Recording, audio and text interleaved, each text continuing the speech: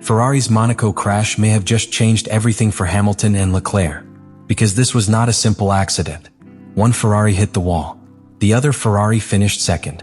And now the investigation is forcing Maranello to answer the question that could reshape the entire team. Was Leclerc's crash just driver error, or did Ferrari already have the warning signs sitting in their own garage? Because here is the detail that makes this explosive. Leclerc had already been struggling with the brakes. Hamilton was running a different direction. And while Lewis turned that Ferrari into a podium car, Charles was left asking why his car did not stop the way it should. That means this investigation is not only about one crash. It is about trust, pressure, and a possible split inside Ferrari before the season even reaches its most dangerous phase. If the evidence points toward the brakes, Leclerc may have exposed Ferrari's biggest hidden problem. But if Hamilton's setup was the solution all along, then Monaco may be remembered as the day Ferrari's future quietly started moving toward Lewis. Subscribe to the channel. Monaco does not create pressure. It reveals it. That is why Ferrari's weekend became so dangerous the moment Charles Leclerc hit the wall. Because the crash did not happen in a car with no hope. It did not happen in a weekend where Ferrari looked lost, slow, or desperate. It happened while Ferrari had real pace. And that is what makes this story so uncomfortable. When a bad car crashes, people say the team had no performance. When a desperate driver crashes, people say he was trying to create something that was never really there. But Leclerc was not chasing a fantasy. He was in a Ferrari that looked capable of fighting near the front. A Ferrari that had shown strength in Monaco's slow corners. A Ferrari that Lewis Hamilton had just driven to second place. That changes everything. Because if one Ferrari could finish on the podium, then the other Ferrari crashing out with a braking concern cannot be brushed aside as just another bad day. It becomes a question. A question about the car. A question about the setup. A question about the choices Ferrari made before the race ever reached that moment.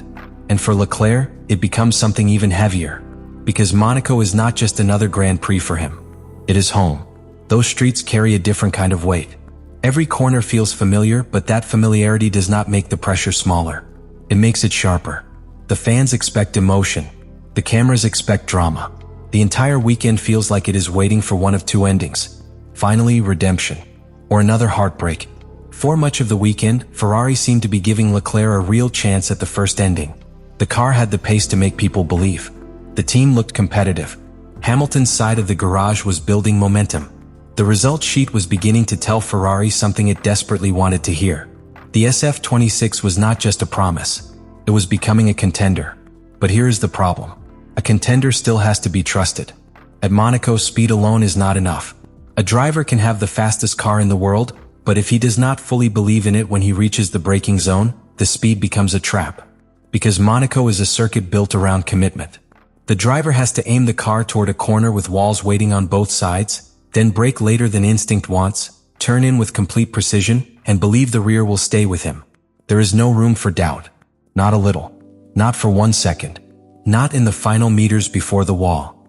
That is why braking confidence matters more here than almost anywhere else on the calendar. The brake pedal is not just a control. It is the driver's promise that the car will answer. If that promise feels broken, the whole lap changes.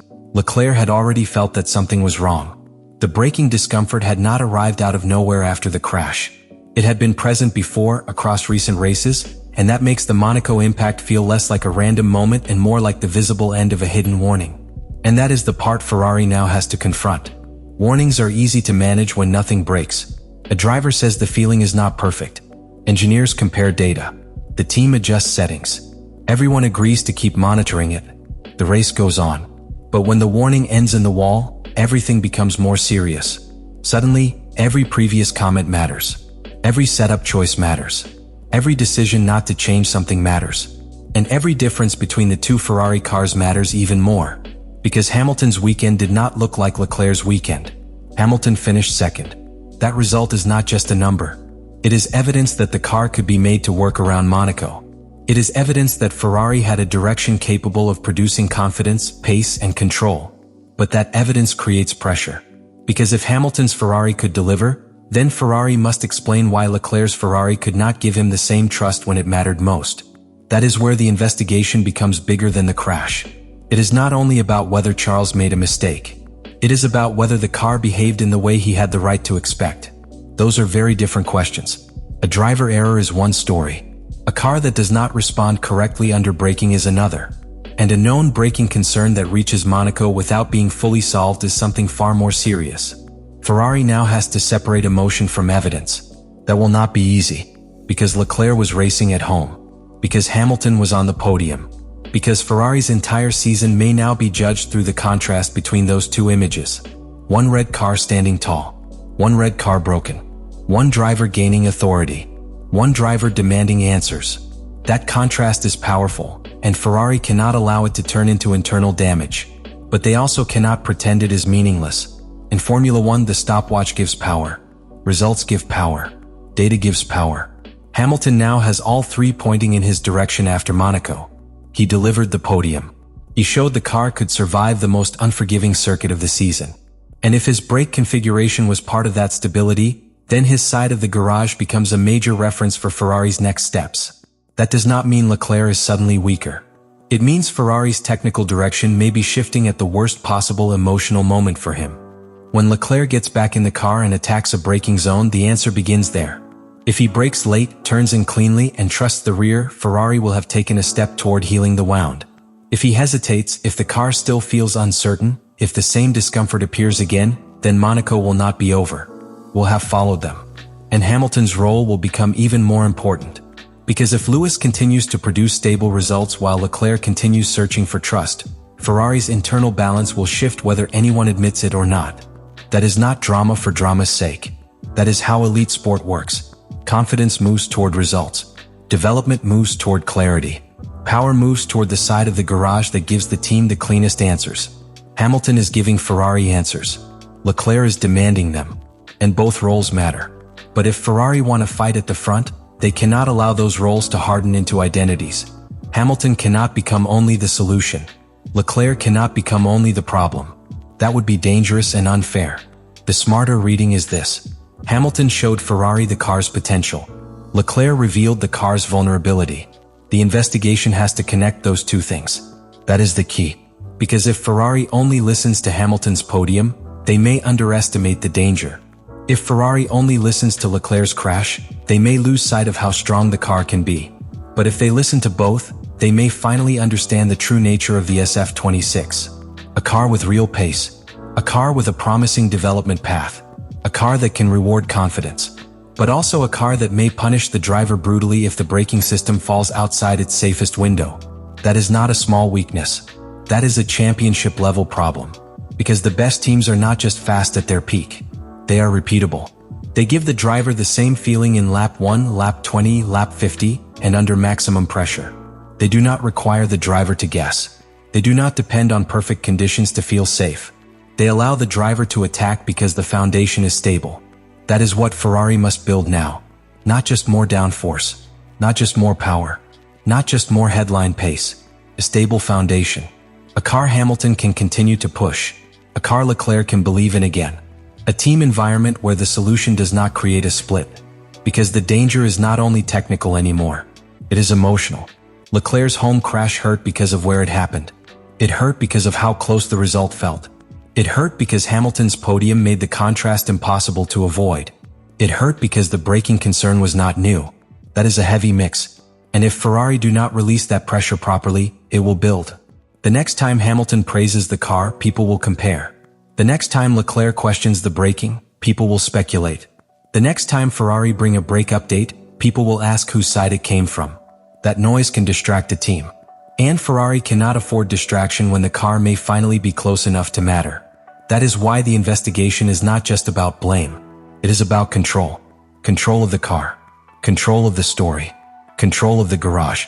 Control of the season before one crash becomes something larger. Ferrari need to come out of this with a clear direction. They need to know whether Hamilton's brake configuration is the basis for both cars. They need to know how to give Leclerc a feeling he can trust. They need to know whether the aggressive systems in the SF26 are creating too narrow a margin under braking. And they need to know it quickly. Because Formula 1 does not wait. The next races will not care that Monaco was emotional. The next braking zones will not care that Leclerc was shaken.